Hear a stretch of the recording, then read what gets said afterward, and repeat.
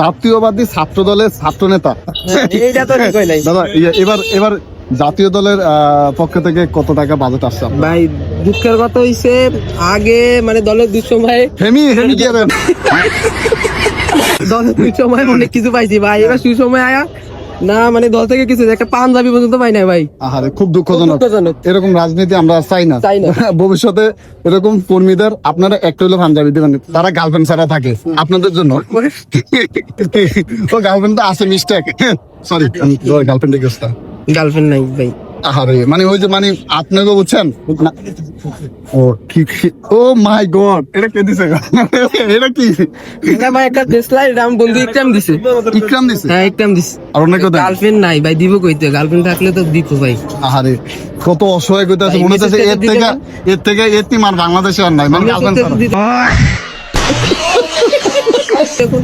সবাই কিন্তু বাইরে কিন্তু যদি ভালো লাগে তাহলে কিন্তু মেসেজ দেন বা কম দেন ভাই। বাইরে কি এটা দেখেন একটু পুরা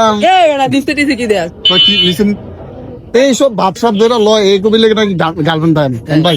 আপনি সিরিয়াস কোনো গার্লফ্রেন্ড নেই? না ভাই একদম সিরিয়াস 100%। এবার আপনার ঈদের বাজেট কত আপনার নিজেদের? বাজেট বলতে হচ্ছে ভাই একটা পাঞ্জাবি নিছি, আর আমার ঈদের তেমন কোনো বাজেট নাই, জাস্ট একটা পাঞ্জাবি নিছি। আরে খুব দুঃখজনক। আপনাদের যদি একটু মায়া লাগে আমার প্রিয় আপুরা, কিছু দিতে পারবো। অবশ্যই প্লিজ আল্লাহর রাস্তায় হইলেও দেন।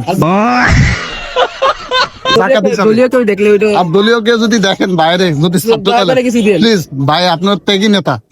হ্যাঁ ভাই, না ত্যাগই না, ত্যাগই আমি স্বীকার করি না। স্বীকার করেন না।